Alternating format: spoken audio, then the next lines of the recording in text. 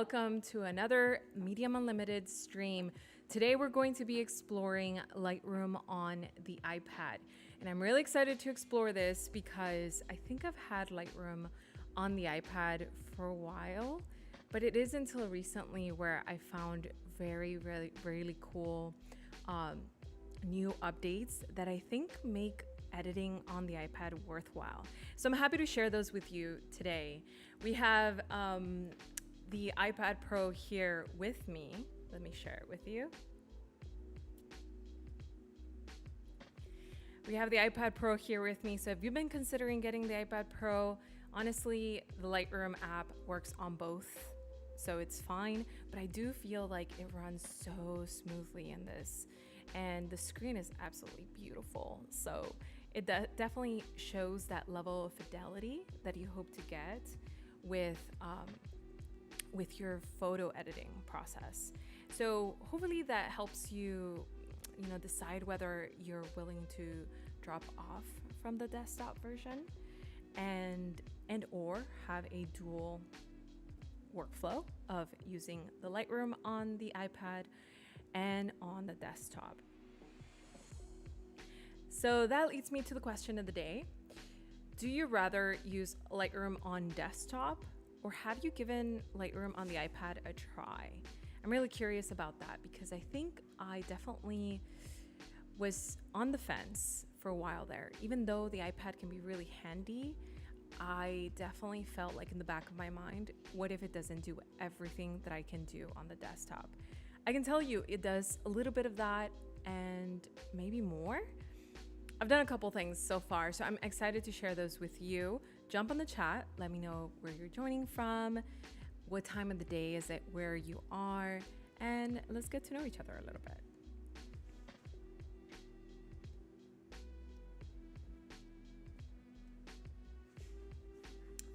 All right, folks, let's get started here. And I want to share with you my background. I'm a photographer, graphic designer, and video editor, but most of all, I'm a mentor here on live streams on Adobe Live and here on my YouTube channel on Medium Unlimited. So I'm excited to always show my workflow, and my dog is going wild right now.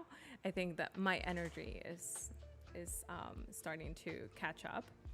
So it's been really fun to find different mediums for me to always find a way to stay excited about this craft. I can't encourage enough how much of a big deal that has been for me. So I hope this series inspires you to try a new medium, or at the very least, try a new space in which to try the mediums you're already used to, like for instance, photography.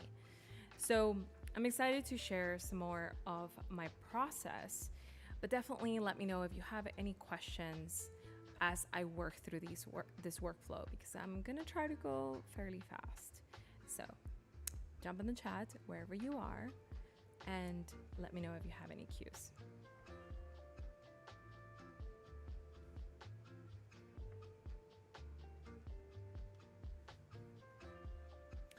All right, so we're on Lightroom on the iPad.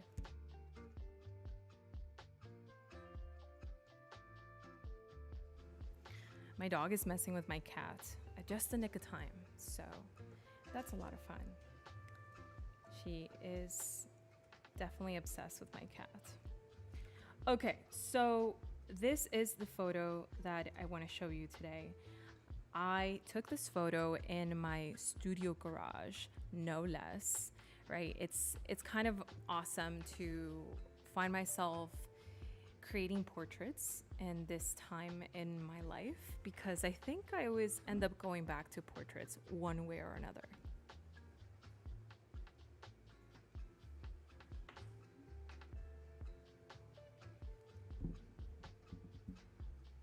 So as we explore Adobe Lightroom, I want to direct your attention to a couple things.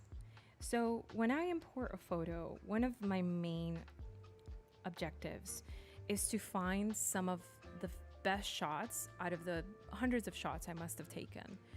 I predominantly work with a digital camera, So I definitely find myself having multiple selects to choose from.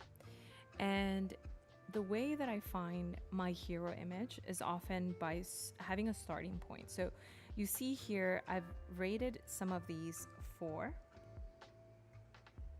And that's because they're not quite 5s for me just yet.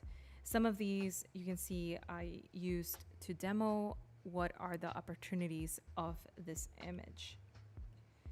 But out of this, I had so many more photos. So when I go in here, I can select a filter to determine which photos I've already chosen from the hundreds of photos I've already taken, right? So having a rating system is going to help you in mitigating all of those shots and not leaving them to collect digital dust. One of my favorite things from Adobe Lightroom on the iPad and also on the desktop is going to this bottom tab right here, Community tab. The Community tab is a really interesting place because I think this was created as almost a form of demand from having too many spaces on social media where our photography is no longer respected in the way that we felt it was, right? So there was definitely a demand to have a platform where our photos can be appreciated. And for folks who love post editing, it's absolutely interesting to find a space that also showcases your photo editing. And here's what I mean by that. If you jump to any one of these photos, I'm looking at this one right here. This is from someone named Shoib. Hopefully I'm doing your name justice. Your photo is wonderful, by the way. You can see how the photo was progressed in the photo editing process. So you can see each of the edits along the way. And I think that is really instrumental for somebody who's just starting in their journey as a photographer. Someone who's a little bit intimidated by the post-editing process, because of course it always is. Anything is a little intimidating right at the start. But look at how wonderful it is that you can observe how this artist, Mariah, was able to make her edits, and it's, a case study for you to get started. And I think that finding forms of education can be really helpful in your journey. And the Community tab is one of those places where I often find myself just exploring to see what kind of edits are possible.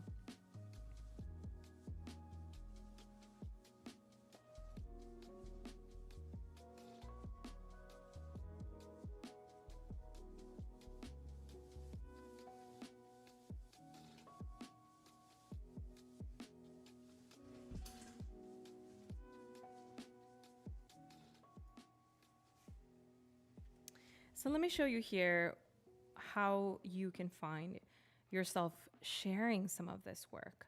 So if you go to the little circle here, which is your profile tab, you're going to find your profile, which allows you to share all of your images that you've edited in Adobe Lightroom. So here are some of mine. This one's messy. I'm not sure why, but here are some of mine. What's really wonderful about this is that not only can you preview some of the edits I've created here, which by the way, you're welcome to stop at any point. So if you want to get back to color grading and see how it worked, you can get to that point in the edit, the masking, which we're going to learn from today. And you can analyze it in your own time and get an insider on how these edits are made. What's wonderful about this community is that you can remix any photo. So this one has over 71 remixes, which is honestly quite amazing. I absolutely love watching some of these. And the majority of them, they just have a different perspective. And that I think is key, right? So what would this image look like in black and white? What about a different approach to the color edit? All of these, by the way, are also replayable. So you can continue to analyze all of these different remixes. I love going in here and observing what others do with my photos. I think it's interesting when people talk about style, because style is not really something that you learn immediately. I think it's something that you accidentally do, and it's not absolutely necessary, but it definitely is something that you develop by accident, completely by accident.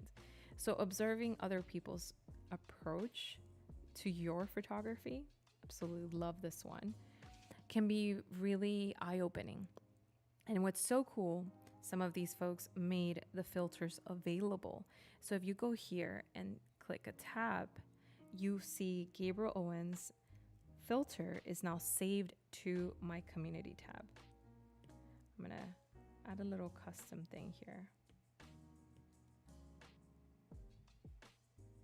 so you can see. So that is here. Adding the filter is something that you have to enable beforehand. We're gonna like that one because it's so nice. And this is just the community tab, folks. If you didn't know that this existed within your space, you're welcome to explore it and let me know what you think about it.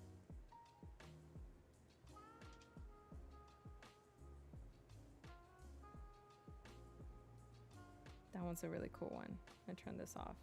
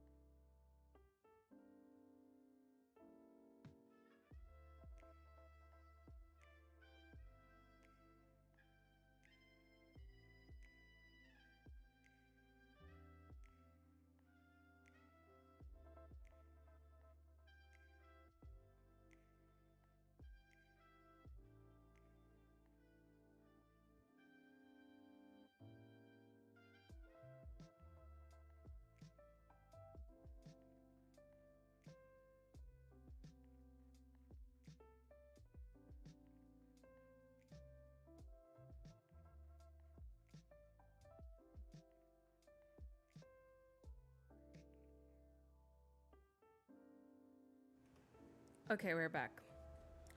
I wanted to remove that setting. It was driving me nuts. Okay, so this is the community tab. I hope that this opens you up to exploring new forms of editing, and definitely sharing some of your work will help you see the other perspectives of different artists and how they remix your photos. So let's dive into some of these photos today and see at the end of this how we can share some of these processes to the community tab. So let's jump right into our photo editing mode.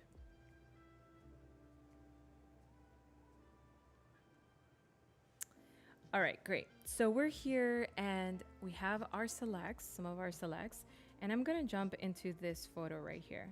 This is raw, unedited, and I like the way it's looking so far. Let's go into this feed right here.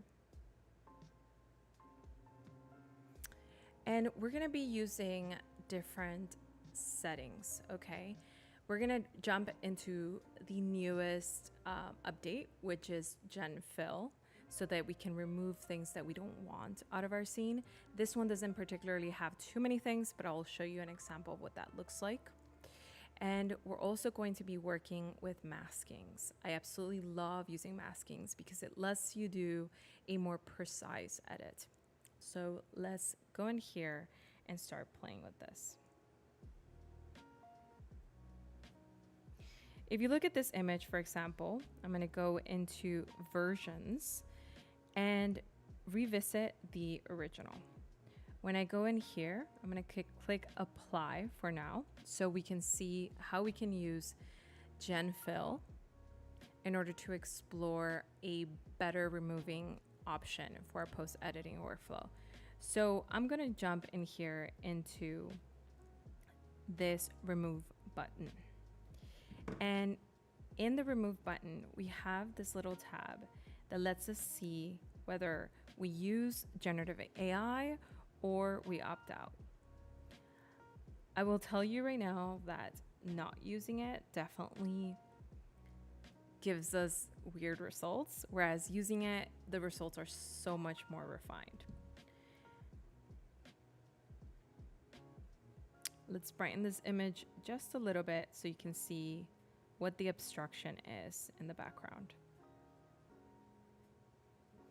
Okay, so you can see here, I angled myself a little bit and I caught back here a chair, my laptop, and not enough of the background. So this is a moment where I might open it in Adobe Photoshop, especially if I'm on my desktop.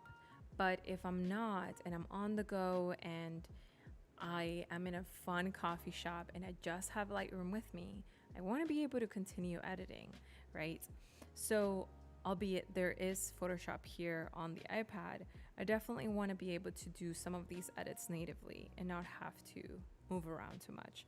So in here, in the remove tool, we're going to hit Generative AI and we're going to increase this. And I'm going to show you something. When I click directly into this feed,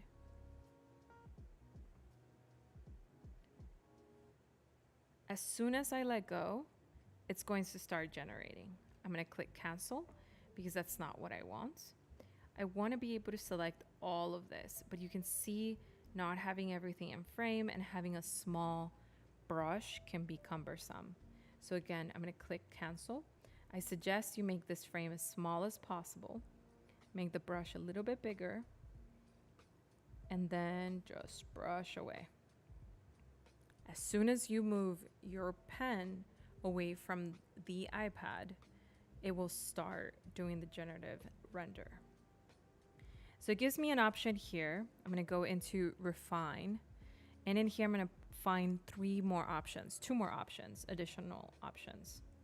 That one looks a lot better than this one, which is diagonal. And let's see our third option. Okay, so the second one's fairly good. I definitely think that's the best one out of them all.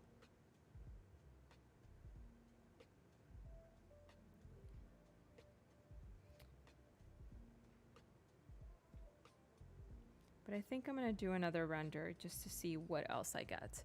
I definitely want the entire scene to be filled.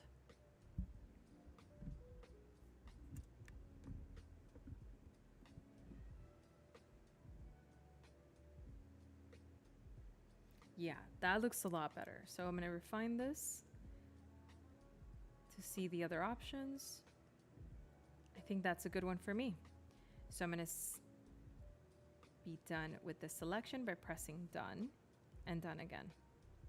All right, so much better. That's working with me. And that's just using Generative Fill on the remove tool. The other tools do not have this option. Now the heal option does not have generative fill or AI options, but it does work fairly well on skin blemishes.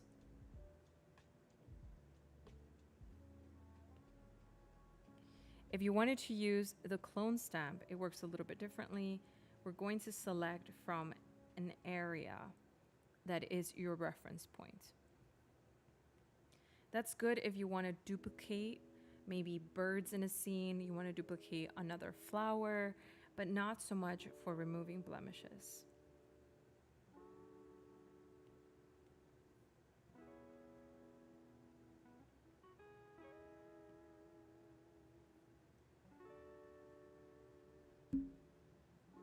By far, the remove tool has to be my favorite one because it does a fairly good job, whereas these, they're kind of hit and miss.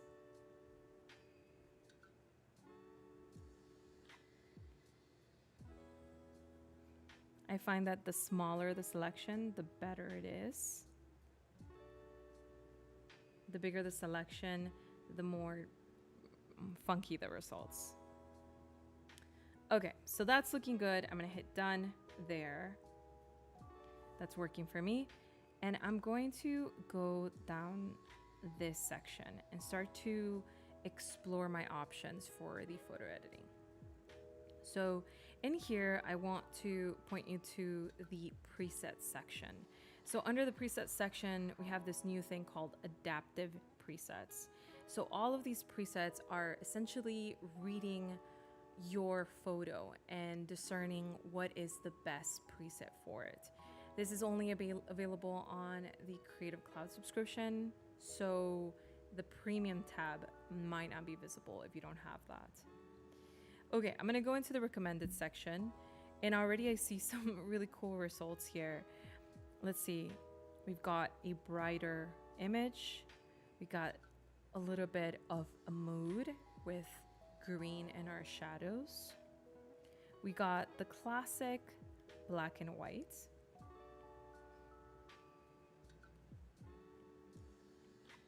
And something a little bit moodier, darker tones.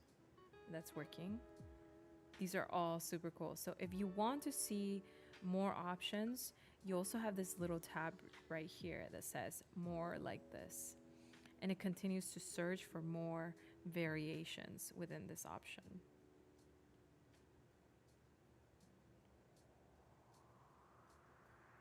But if none of these tickle your fancy or are essentially kind of what you're looking for, then jump into the premium section, because I do think in the premium section, let's turn that off so that it doesn't apply.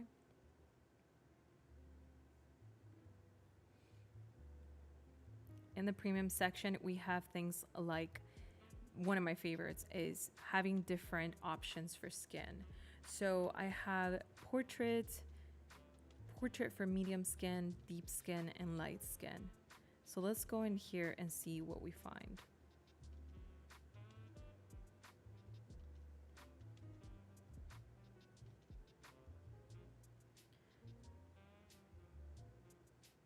The goal here is to be able to keep the skin as close to our model's skin as possible. And I think this effort is really awesome. I'm glad that they made things like this. If you hit the tab in the center, you can determine how much of that preset is adapted into the image.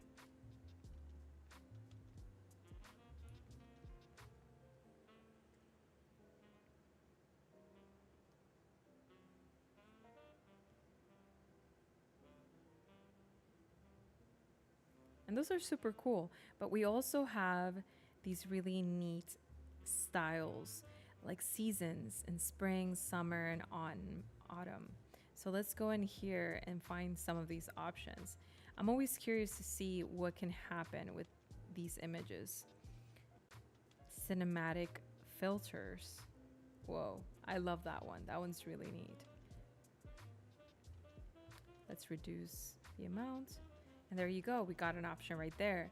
If we hit done and we go to our versions, we can see we have our previous versions here stored. So you can always store each of your experiments as you move along.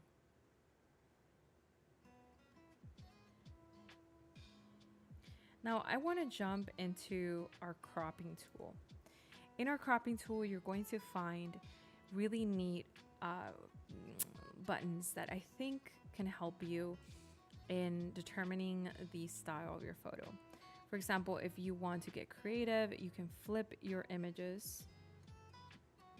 You can also straighten your images directly in here. And of course, you have the classic crops. You've got your 1x1s, 16x9s, that nice cinematic look, the 5x4s. And then that's always nice if you want to put somebody to the left.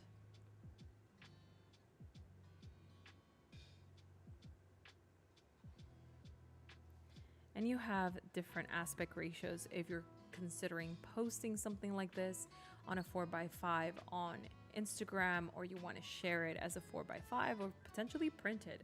I absolutely love printing my work.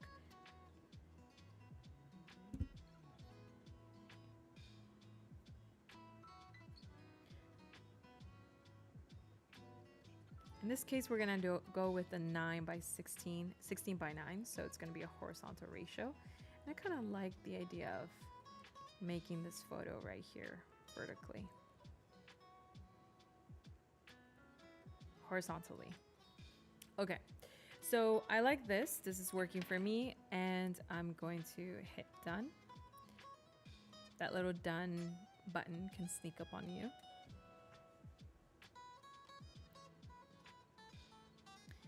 Now from here, I want to go into this section. This is our masking tools.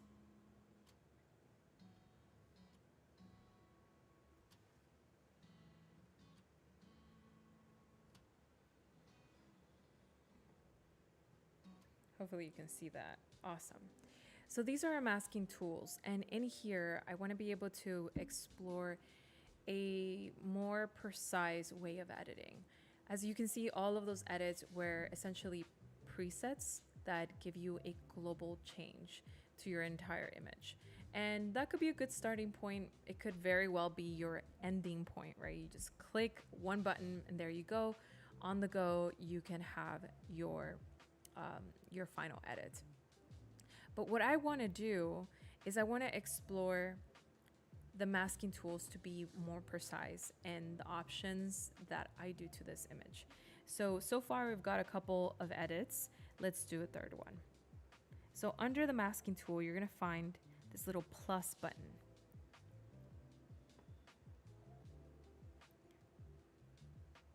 Yeah, so that little plus button is gonna give you different masking options that are, I think, predominantly AI powered. So it helps analyze the image and find a subject.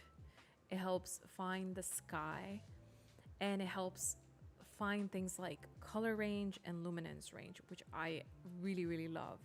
So let's see how we can use them here. So by selecting the subject, I can see here in this image, because it's just one light, one source light, she came out very warm in the color palette. So I'm gonna go in here and select her only. You can see it here on the mask. That we get these options, right? So under here, I wanna find color and change the temperature to be a little bit bluer so that it goes from something like this to something like this, and that helps separate her from the background. Maybe add a little bit of green tint there, which brings it back to that warmth without making it too yellow. And a little bit of saturation. And that is just targeting that mask. If you click this little button up here, you can see the mask in action, and you can remove it so you have more visibility of the edit. Okay, so let's continue here. Let's add another mask. And this time we're going to select the subject again, right? So we have two masks, but instead of selecting the subject, we're gonna use this to invert the mask and select the background. And this way we can determine the different color and luminance by just changing the temperature of that background.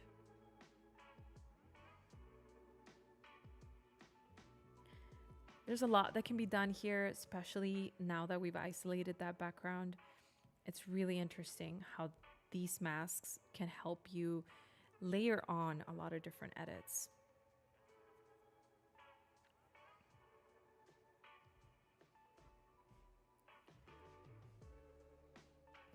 Now I want to create something that I think can be really resourceful when it comes to changing the background color. So we can do one of two things: color range or luminance range. Let's start with color range, which seems to be the obvious one. When we go and browse the color palette within the screen, this is one of my favorite parts with the iPad. You're able to just explore and ride basically this luminance path directly on the screen, something that I can't do on the desktop. I definitely have to use the mouse, right?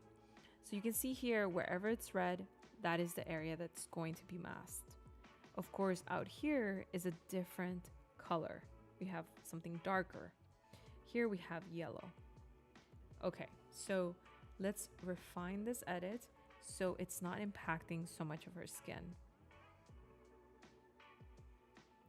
You can see here it's still impacting her skin. There's a lot of red on her skin, which can be conflicting if we are changing the color of that background to something like purple. Then her skin is going to look purple, right? So let's hit apply here, nevertheless, and I'm going to show you how to refine that mask. So we're going to go in here and select the minus button. This little teeny tiny minus button is working within that color range mask. So now we're layering within the mask. So we can either add to that mask or subtract from it. In this case, I want to subtract from that mask. How do I want to do that? I can do it via a brush. I can brush over certain areas, or I can simply ask for another subject selection. And voila, just like that, it removed any selection that was happening within the subject, and we refine that mask. You can also pull this open so those little icons don't look so little.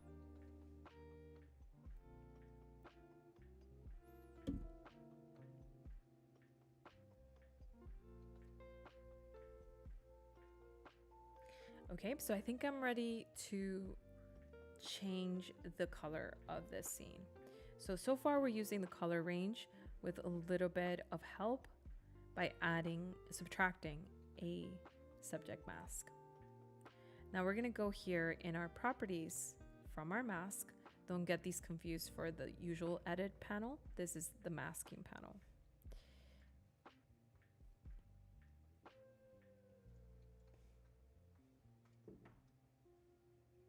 Let's get back in here. Okay, there we go. Let's see.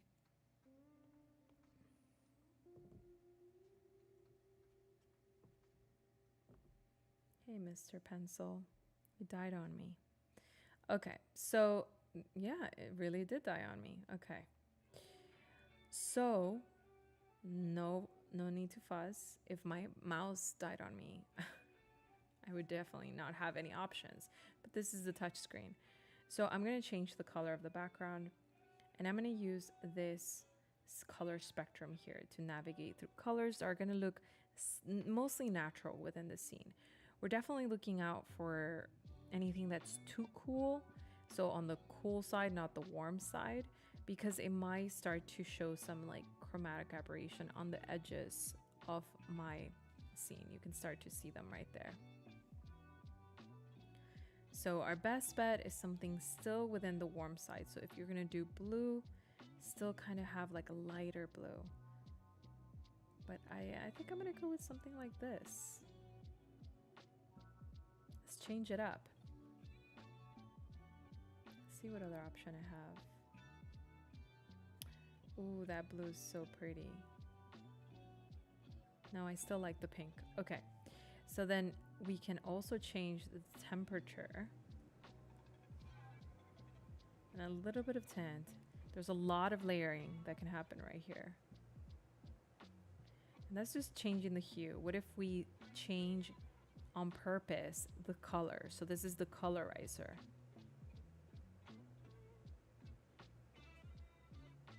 That's looking a lot better, right? So that's living within this mask that we have here. But then now you're probably wondering, what about that vignette that is happening around it? In retrospect, if I'd taken this photo with a full bulb, I would be able to fill the entire room. Everything would be filled up until the edges, and you can select that yellow all the way to the edges as well. But that's not what we did, because I really wanted to create that vignette that is sometimes deemed like a mistake, but sometimes we embrace it because it's a nice homage to how photos used to be taken with a bulb, right? So I'm gonna embrace it. I'm gonna actually select that shade, that circle that's surrounding it. We're gonna create another mask, and we're gonna emphasize that vignette. So let's use a radial gradient this time. And we're gonna create a radial gradient around it, around the entire frame. And you'll notice that what I'm selecting here is the center. So anything that's red, that's what we're selecting. But that's not exactly what I wanted to do. This is where selecting that scene and inverting that mask comes in handy. So now you can see that everything else is selected except the center. Let's change these circles. Maybe something like this. Okay, so now it's up to us to do anything that we want to that selection. So I might want to colorize those shadows so they're not black, dull, and boring, right? So I might go in here under color and find a different palette.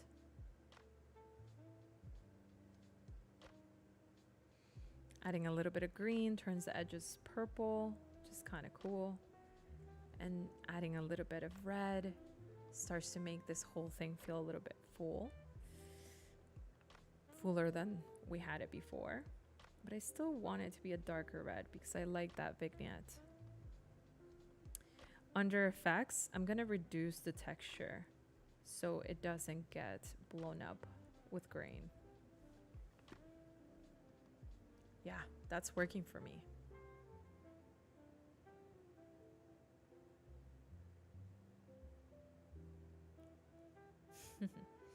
Okay, so as we move along in the masking options, I'm going to go into, I think that was, okay, I like that option. I think I'm gonna go into the luminance range. So under luminance range, what we're finding here is the brightness or darkness of our scene. So that range of light that exists within our scene. What I like about this is that we can extend that range or reduce that range as much as we want to get more specific. So for example, if I want to select only her skin or only her shirt, maybe all the things that are a little bit darker can come up. I think what I wanted to do was her skin. So let's do apply so we can select her skin. And maybe these are points where you can soften the skin, you can add a little bit of texture to the skin, but you want to be able to isolate it. As you can see, I have the background selected in this case too. So we're going to pull that trick we did earlier. We're going to subtract from mask.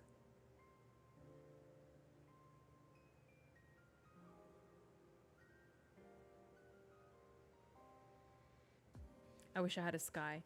I definitely wish I had a background selection as opposed to a sky selection. Because in this case, I think the better bet would be, let's delete this. In the order of operations, it would be select the subject. Cool. Then right click, invert mask. That's working so far. And then we're going to add to this mask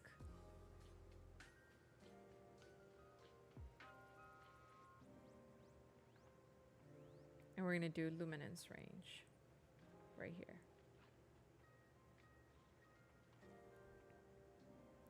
So that lets me deal with any noise that's existing within anything that isn't purely black.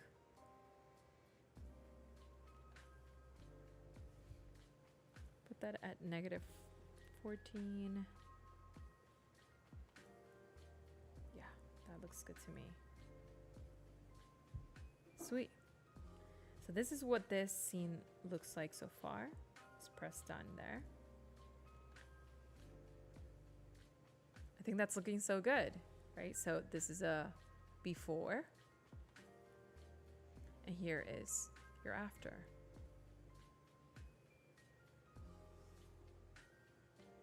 And this is Adobe Lightroom on the iPad. Running it on the iPad Pro, I definitely feel like I can see more of the fidelity of the image.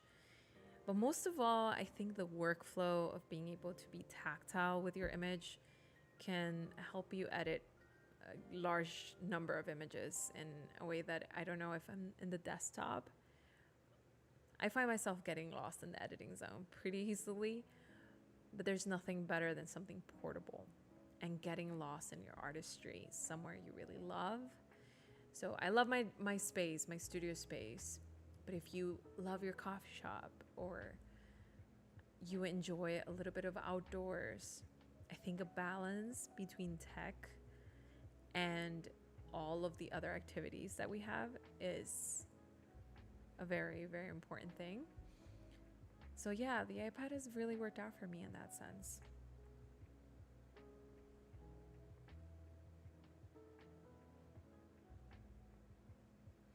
So now let's talk about what is possible.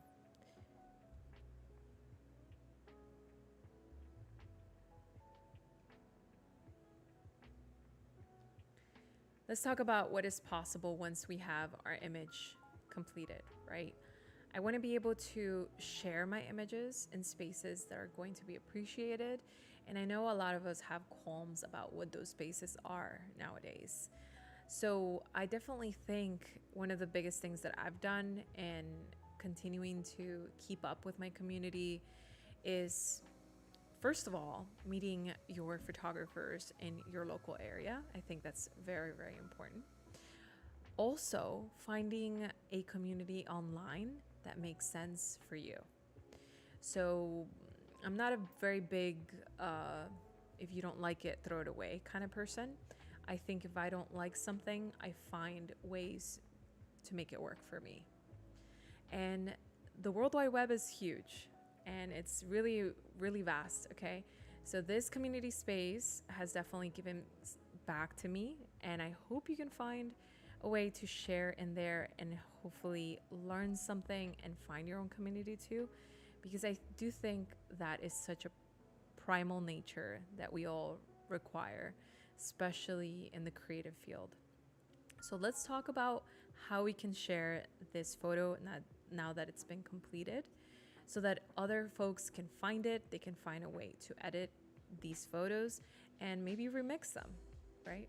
Directly and natively within Adobe Lightroom. Okay, let's jump right in. Okay, so what we want to do here is go into the export tab. This little space, it's full of a lot of tricks, let me tell you. So in here, we can find this section called Create, Edit, and Replay. I thought that was a really cool effect. So what you can see here is it's working on a replay for you to share online.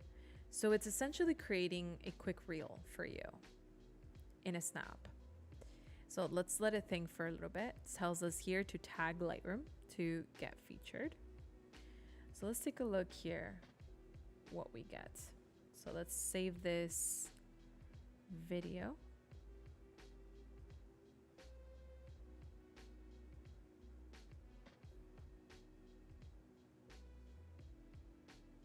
And let's go to our photos. Here's my previous one. And here is the one that we just created.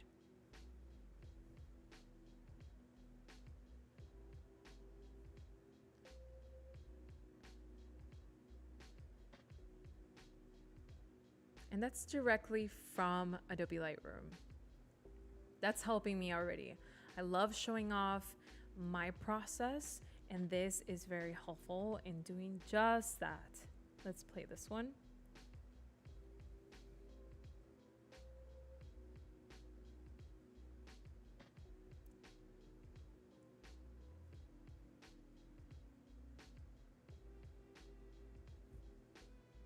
So cool, right? So let's get back in here. And this is something you can find within the Export tab. Within here, again, you can also go directly into Photoshop if you want to have an extra workflow. Maybe you're doing a collage of some kind. I find myself doing a multifunctional workflow often like this because they communicate with each other. Okay, the other part you can do, of course, is you can share and save your files just like that. A quick JPEG, just the thing that you need to do, right? So you're copying it to your device. In here, you can also determine the sizing of your file. So if you want something with more data, you might export a TIFF. A JPEG is definitely a compressed file ready for sharing. You can determine the quality. In here, you can customize a watermark. So if you have a watermark you want to introduce, you can make a custom watermark of your own. Make it as big as you want, especially when you're dealing with clients. You want to have those options available, but also have your credits included. And of course, you can upload a logo of your own and insert that in here too. Isn't that cool? So I'm going to select yes for now, and that's going to download that file with those settings. In this case, I selected a 100%, so it says here. It's going to take a little bit because it's working just a little bit harder. All right, here's another thing that I like in here, which is being able to post to our community. So when you go in here into post to your community, you can name this. I'll call it Strawberry Fields. Cool. And I'll call it experimenting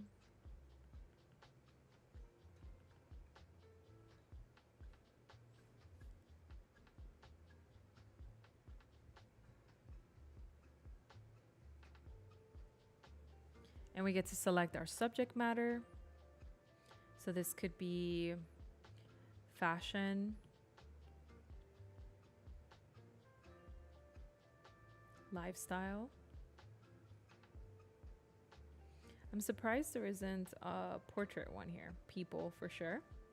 And in here, you can enable whether somebody can save this as a preset, include the location info, And of course, allow remixing. And so maybe other folks can remix your image. Select check. I'm going to enable that to save as a preset. If you want to save this preset, you can go into the Adobe Lightroom and find this profile. And now when you go in here, you have the visibility of all of the action steps you took in order to create this scene. We're gonna let the other one, take its time, right? It has to create all of these things, but let's do a replay of my last edit.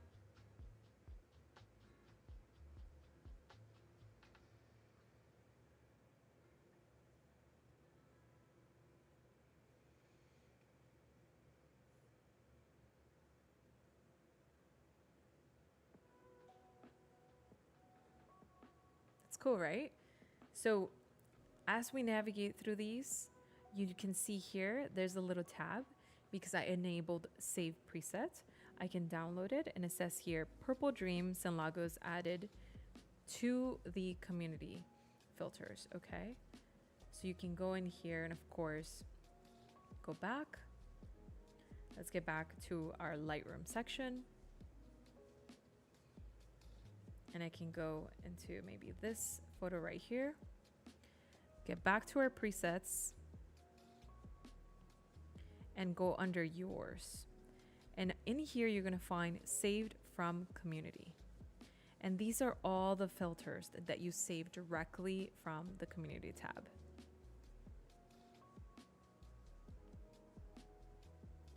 So the purple dreams is a very dynamic preset.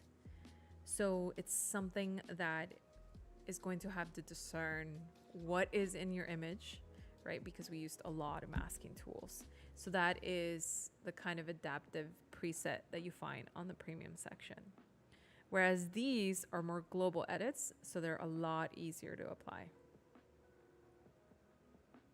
Here's a film inspiration from my own presets.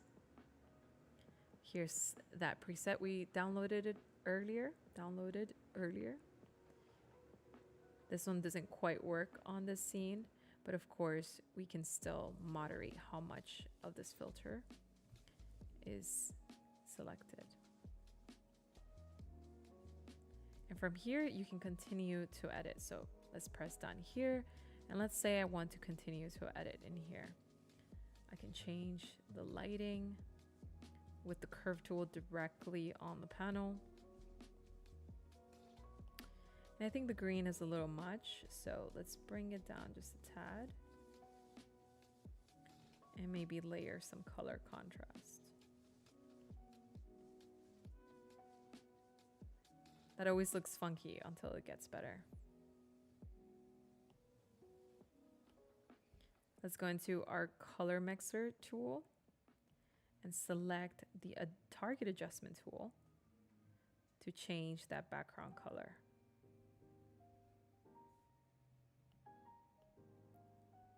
Increase the saturation.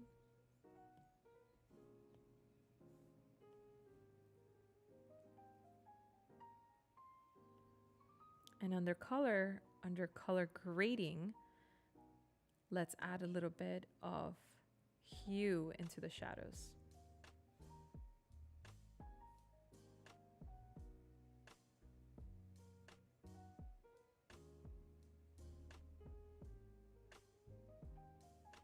Now let's use our masking tools to bring back that skin,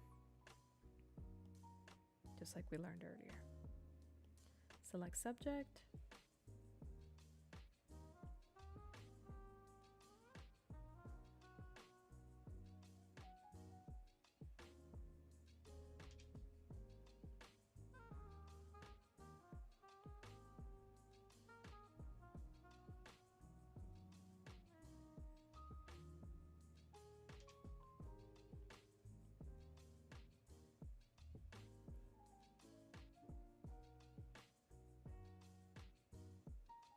Ooh, that turns into something else altogether. I think I like it there.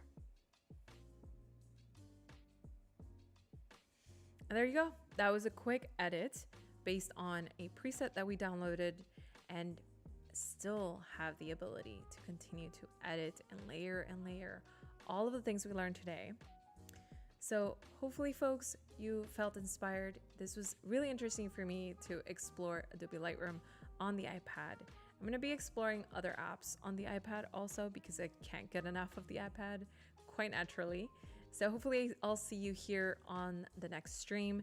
Make sure to visit my website or my YouTube channel, where you can find out about the next schedule for the Medium Unlimited live streams.